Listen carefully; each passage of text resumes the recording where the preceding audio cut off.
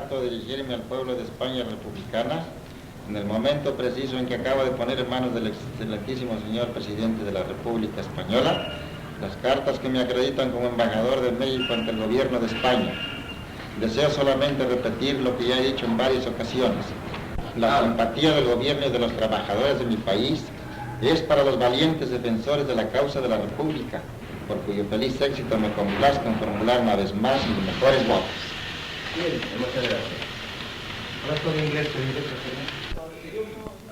I am speaking on behalf of the Mexican ambassador in Spain.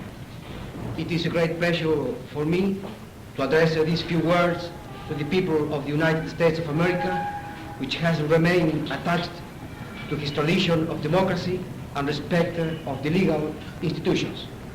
I am sure that the people of the United States of America is a good friend of the people of Spain, and therefore cannot be indifferent to the Spanish tragedy of the present moment.